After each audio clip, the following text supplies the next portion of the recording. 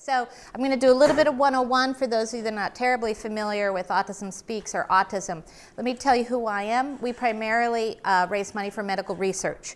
That is where we put most of our dollars. Off balance sheet, we do a tremendous amount of family service support. These are the 4 pillars of our mission: research, awareness, advocacy, and family services. We try to support families across the lifespan. We're only 7 years old. We are very small compared to other disease-specific organizations. And for those of you with a loved one with autism, you know it's been a tough road. That little handout I gave you shows the disparity in research funding for our disorder, because it was underdiagnosed and then it was also difficult to treat.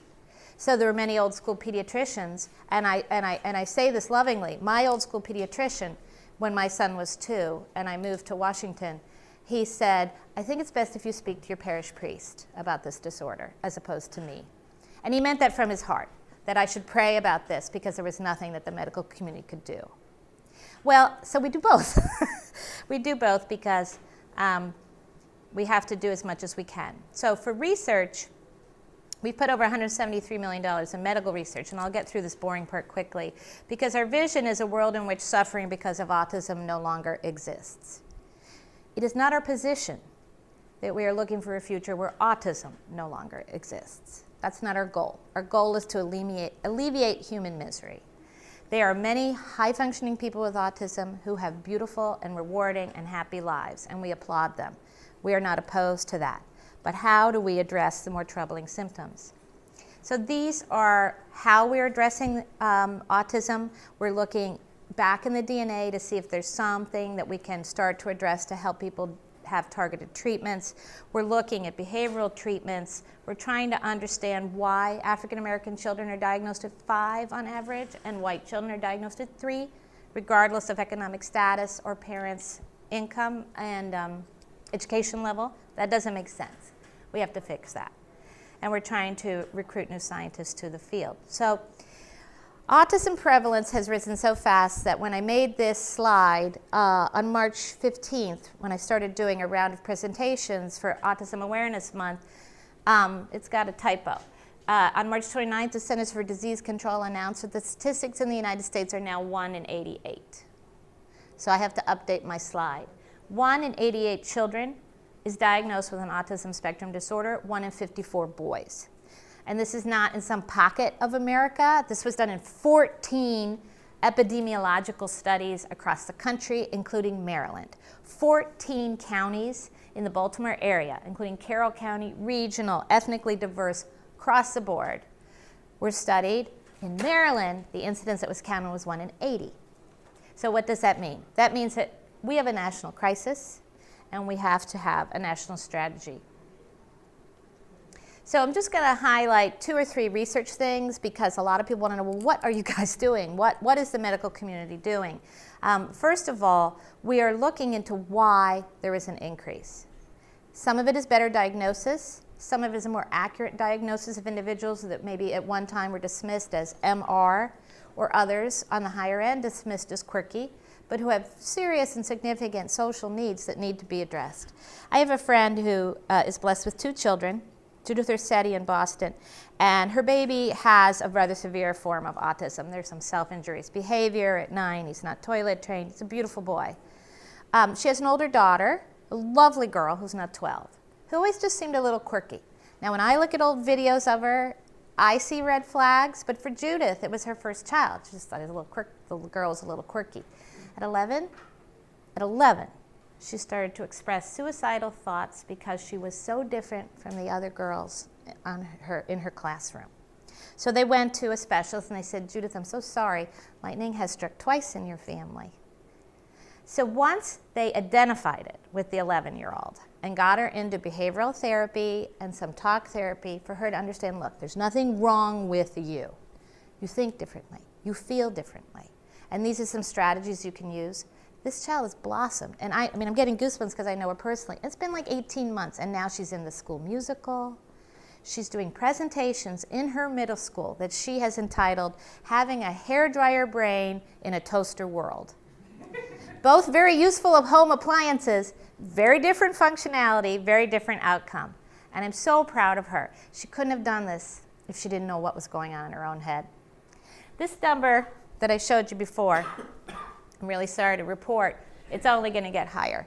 There's a very thorough study done in South Korea. South Koreans are very faithful in their medical records, very good at reporting, very culturally opposed to saying there is a mental health disorder that might be genetic because it casts aspersions on your ancestors. So maybe some underreporting. So instead of doing what the CDC does, and it's expensive to do epidemiology, what the CDC does is they go in and they look at school records. They don't meet any children. They just look at the school records. This 1 in 88 number is from 2008, 8-year-olds in the Atlanta public school system and other school systems like the Maryland, Carroll County, Baltimore, in 2008. They counted 1 in 88. Well, in Korea, they said, no. Because of the cultural thing and all the other thing, they got South Korean researchers to go and interview the parents, review the school records, interview the schools. They counted 1 in 38 children as diagnosable with an autism spectrum disorder. 2/3 of the children they identified were mainstreamed in regular schools, AKA not getting any support at all. So, when does it end? It's hard to know.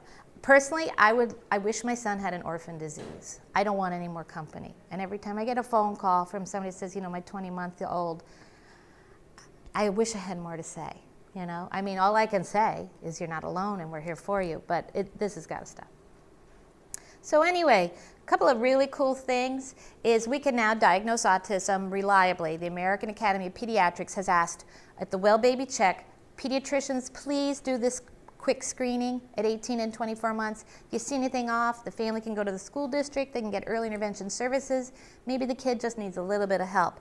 This researcher, who has been nominated for one of Time Magazine's top 100 scientists of the year, has figured out a way to have such a simple baby check that they can do it at 12 months. Well, that would be great, because maybe you can get the kid on a better road.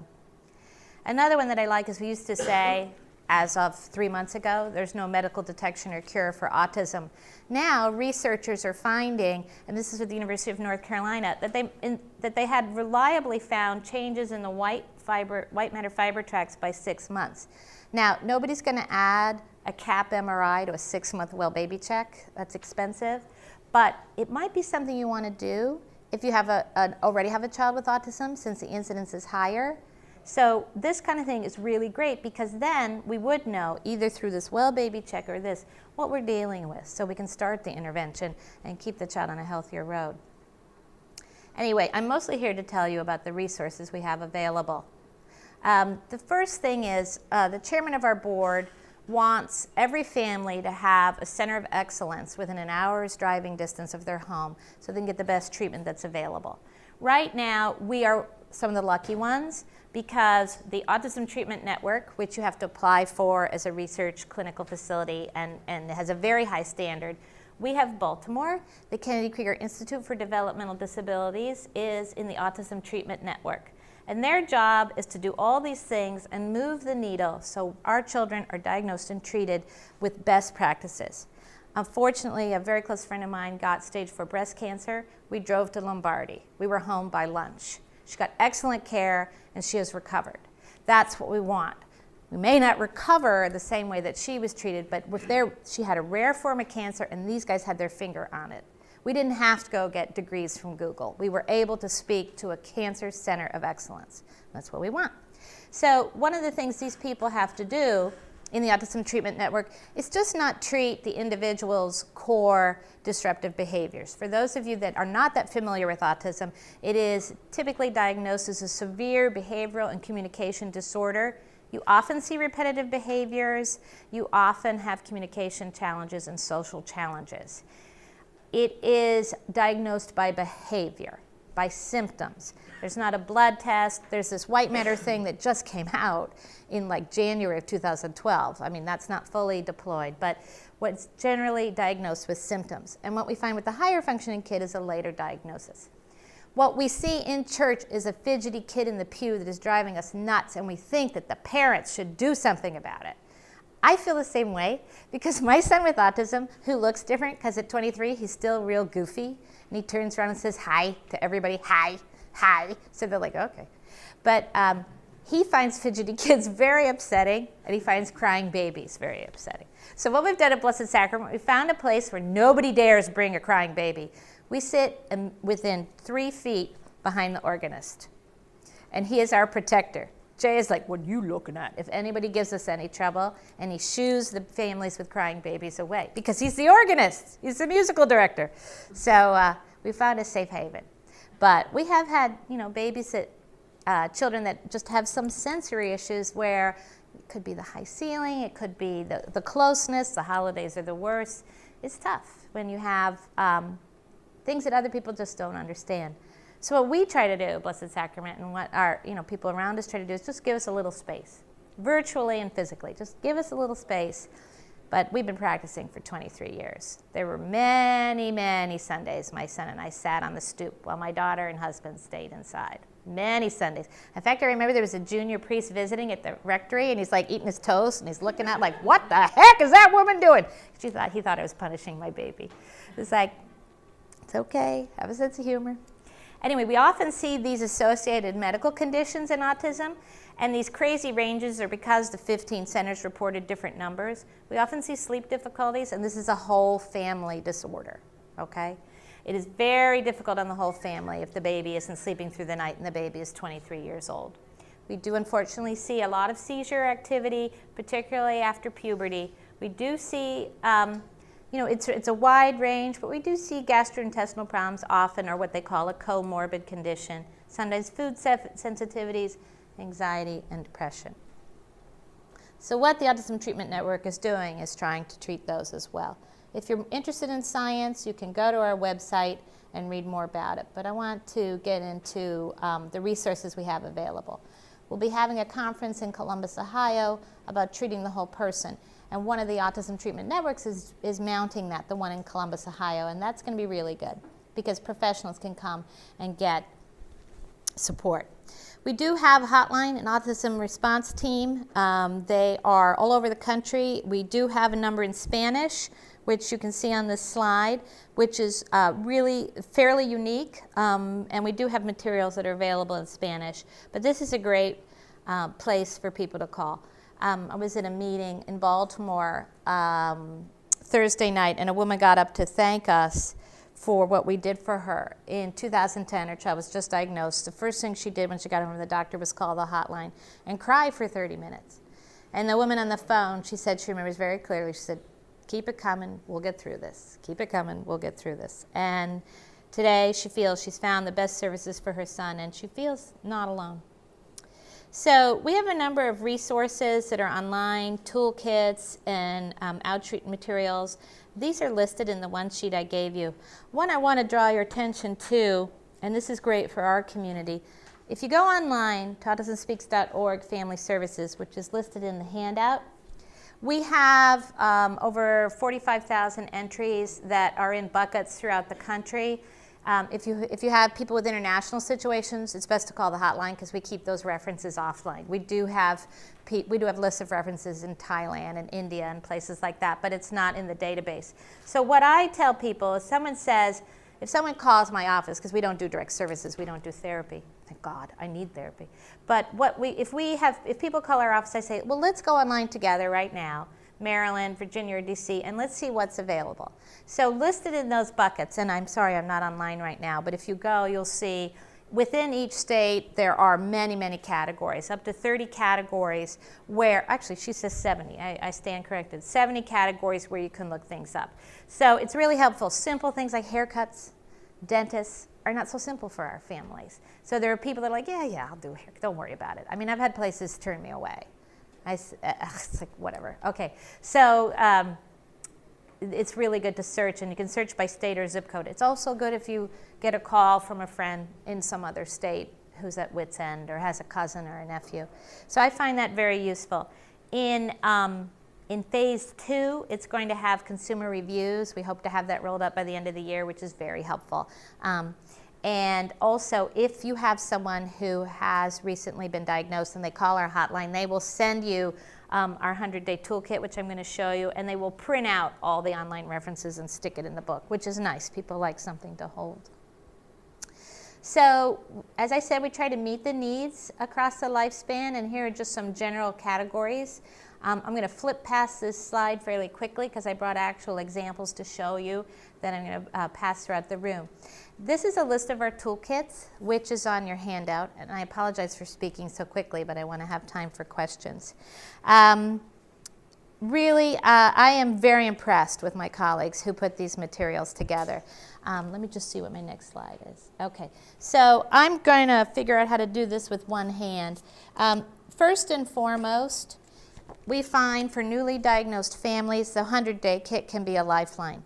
This document is available for free as a download on this website if you want to read it on your laptop or your desktop, or you can print it.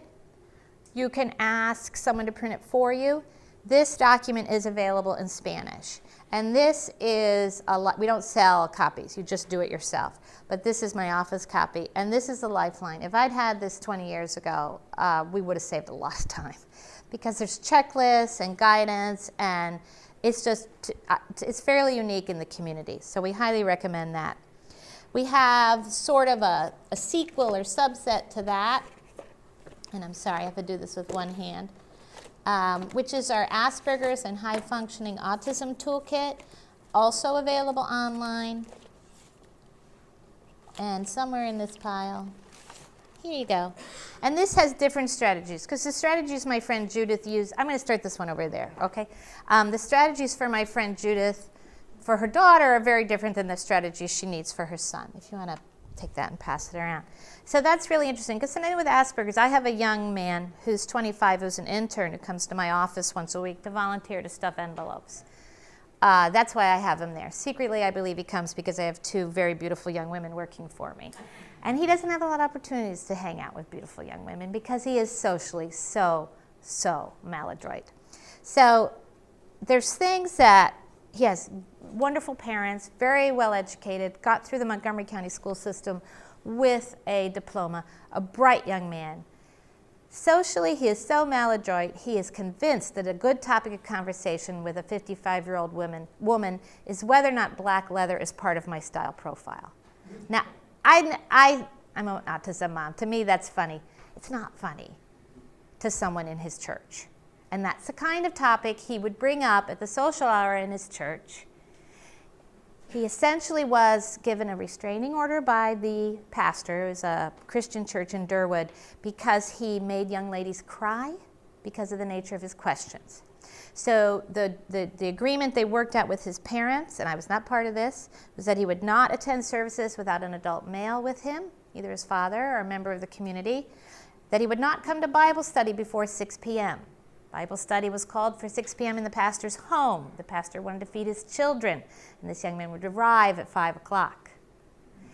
These behaviors sometimes make you not a lot of fun to have around. Now, the leather thing, we're going to sit down and talk about the leather thing, because I'm going to tell him, you know what, you've got all the information on my relationship with leather that you're ever going to have, and we're not going to talk about this anymore. But I have a sense of humor, and in his eyes, I see my own son's eyes. So it's hard. You know, and I don't think there's anything prurient or weird going on. I think he's fascinated by the sheen on leather. And that's when I ask him, why do you like leather? I say, I like the way it looks. This man has a high school diploma. I like the way it's whatever. So there are strategies in here, and he works with a very good behavioral therapist to just talk through. He's always learning. I've seen him change in the last 5 years. He's always learning. We have a little IEP guide, which was donated to us by a major law firm. What I like about this is that it's 8 pages long, and that it is not filled with state-specific jargon. Once you are in an educational system, they start throwing acronyms at you like there's no tomorrow. And I have colleagues now that will just accept acronyms and use them in their correspondence, and I'll say, when you just sent an email, when you referred to the LP department at our major retail donor, do you know what an LP department is? No. They're just so used to acronyms, they use it, loss prevention. So they forwarded an email about theft, which was not appropriate to forward. So anyway, the same thing happens in the school system. You think you've got it down, and then you realize what your kid really needs is a 504A as opposed to an IEP. Well, who ever heard of a 504A? This sort of transcends the jargon and tells you sort of what classifications to look for. In an IEP, you can ask for social skills. You can ask for the child to learn to sit still for 45 minutes. That skill will transfer to Mass. You should not expect an autistic child to sit through Mass if he has not mastered sitting for 45 minutes at home. It's not fair on the kid. So that should be a goal. This school isn't going to think of that because they figure they've got so many academic goals. But an IEP, or an individualized educational plan, is to prepare you for life, not just for academic success. A couple others I want to touch on that I found very useful is the transition toolkit. In Maryland and Virginia and DC, this is a pretty copy. When you turn 14, the educational program will start to look at what you're going to do when you matriculate. Under federal law, individuals with a disability, regardless of disability, with different needs, are entitled to a free, appropriate education until the age of 21. After 21, according to the letter I received from the state of Maryland, services are not required. You are not entitled to services. You will only receive services to the extent the state of Maryland's budget can afford to give them to your child. Whoa. So you want to pack as much work as you can into the school educational curriculum as you can. If your son talks about leather too much, you want to address appropriate conversation in the school system. There are ways to do this, and the transition program helps you. Think about what will make him happy. What will make her happy? Is she going to go to college? Is she going to get a high school diploma? If not, what is plan B? Can the child speak? It's fine if the child can't speak, all right? We're all God's creatures. Some of us don't speak. What is going to make them happy? What is going to be an appropriate level of participation in the community after they graduate? And that's what you aim for. So just some little things that I'm not going to bother to show you. The dental guide, tips for haircuts, things like that. This little fat puppy is great for people in the school system, and also it would be useful in Sunday school settings. It's a very long compendium that is coming out in version 2 very soon, the School Community Toolkit. Suggested lesson plans, suggested embracing people who are different lesson plans. Some of these would be fun in Sunday school. That, again, is available online. There's smaller things, a parent's guide to autism, which is more about coping, a sibling's, a grandparent's guide. Often we find that the grandparents grieve twice. They grieve for the situation they find their grandchild in, and they grieve for the pain and suffering of their own child dealing with the situation. So it's kind of a double whammy, and so we have something specifically written for it.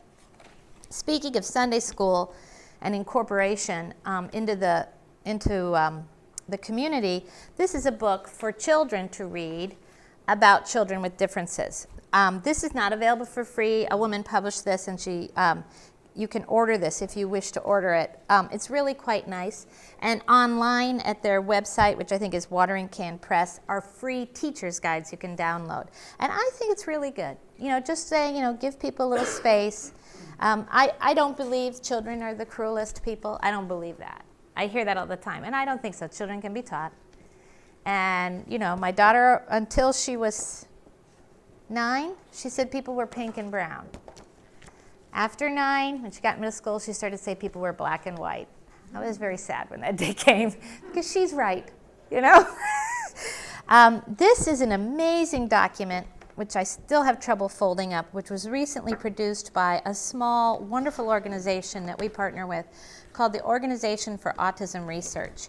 This can be ordered for free, and actually the girl will send you a whole kit for your classroom or for your social group, whatever. It's, see, I can't even fold it up. It's called What's Up with Nick. It's written for middle and high school students, like when you have somebody who's different in your community, like What's Up with Nick. And you can get, we actually had to make a PDF out of it because we couldn't pass these out. We couldn't get enough.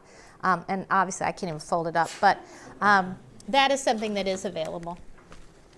Once, we all are, none of us are getting any younger, and housing is a very difficult issue for everyone with a developmental disability, and what's going to happen when I'm gone, because I've been asked by the county school district and by the state of Maryland what my transition plan is for my son as he gets older. And I said, well, I'm old school. I'm Catholic. You will pry my cold dead fingers off his arm, and then you can have him. They didn't find that funny. They have suggested that I plan ahead. Housing and Residential Support Toolkit. This also transcends the jargon that we hit in the state of Maryland. I did bite the bullet and applied for funding and was given funding for my son to be placed in residential housing. I got it in 45 days. And it's like, wait a second, I heard that all you do is fight and fight and fight and fight and fight, and apparently we're going to take the money and run. We may not place him, but he is qualified to be placed, which is great because you really do have to rely on the state to provide that funding, and things are only going to get tighter. So I'm going to start this one over here because it too, we're going to pass this. Are you done with this? Yeah. Did everybody get a glance at this puppy, 100-day kit? Not this row? Okay. It's just really pretty. I'm really, yeah. Sometimes we'll take them and leave them on an exhibit table and they walk off and I figure they found a good home. And then I say, I lost it. You guys send me another one. But some of the ones that help a lot and that the Autism Treatment Network is starting to produce are ones for more medical situations. And I apologize, this one has Velcro on the back because we had it on a display table. Taking the work out of blood work, helping your child with autism spectrum disorder. We have this for the family, and there's another version to give to the doctor's office. So that's really helpful, how you can prepare for that. If you could just pass that around. Everybody see the Asperger's one? Here we go. This one can be a very troubling decision for our families. Should I give him medication for his behaviors? My brother is a psychiatrist, and it's wonderful having a psychiatrist in the family because I can go to the best and brightest practitioners in Baltimore, and then on the way home, what do you think? What do you think? He's down in North Carolina. And what we see, and what some of the self-advocates see, and self-advocates, I mean a person with high-functioning autism who is able to speak for themselves and advocate for themselves, and I'm very proud of those people. There is a concern with challenging behaviors across the disability community of what is most harshly called chemical restraint, most harshly called. What my brother, who has a very morbid sense of humor, calls the cement hat, where someone is sedated so they don't act up.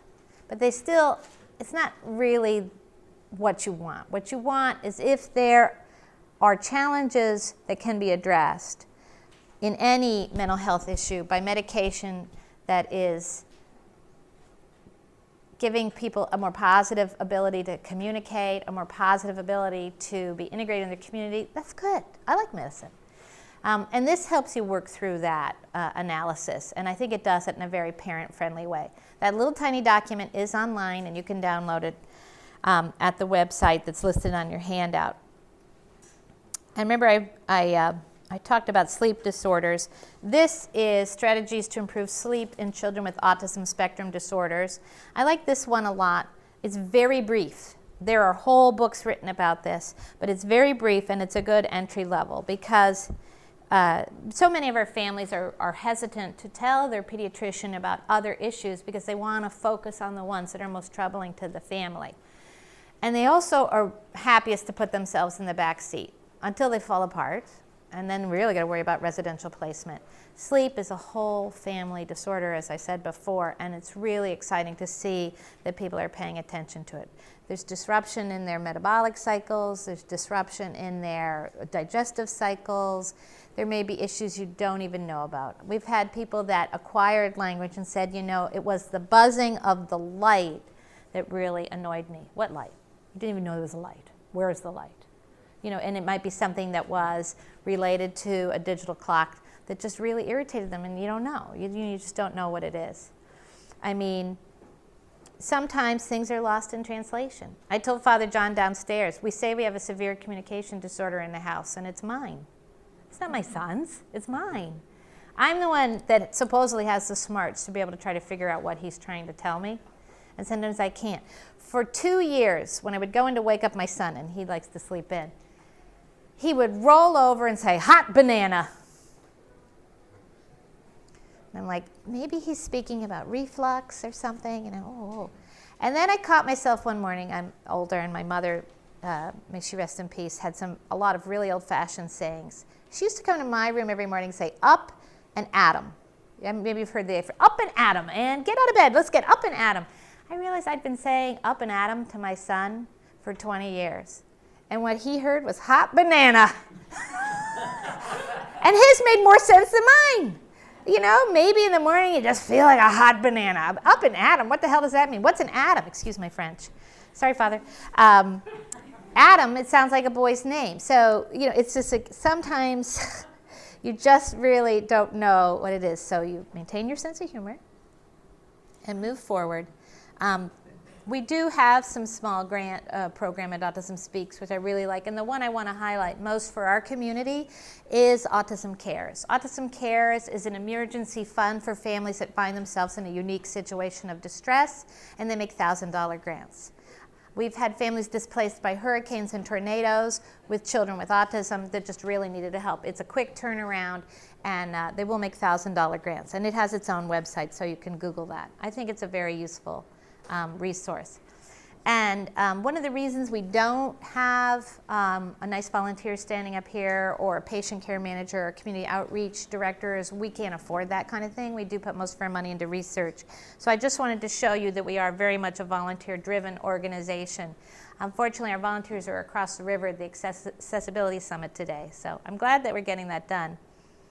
Autism has been popular in the press because of Autism Awareness Month, and so again I would urge you all to take the pew cards and put them out in your church, because Mary says we can leave them there all year.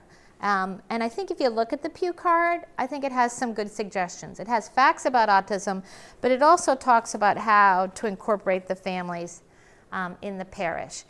Because of the behavioral difficulties, sensory issues, blah, blah, blah, autism can be a very isolating disorder for the entire family.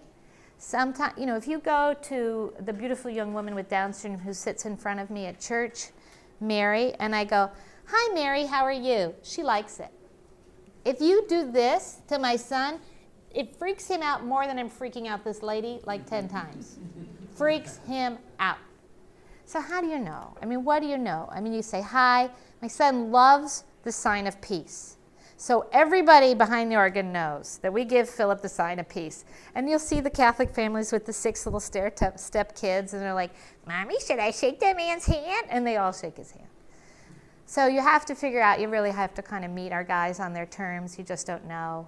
And we can do that. On Sunday morning, we can do that. We can give these people a little space. My favorite parishioner at Blessed Sacrament, I don't know the guy's name. He's about 50 years old. I think he's what I personally call a fellow traveler. I think he has some form of autism. He stands in the front row and sings full volume, not necessarily in time to the music. Everybody loves that guy. And who's sitting with him? The ladies in the wheelchairs with the hearing aids. He's not loud to them. They're like, "Oh, it's time to sing!" So, you know, in a way, it all works out. And again, if you'd like to become a part of our community, we do walk on the National Mall. It's about 10,000 of us in the fall, and I do have information about that. That is free. But our goal really is to be as much a part of the community as we can. And I really think with Mary's support and the Special Needs Ministry, try to make our faith, our Sunday mornings a little more integrated.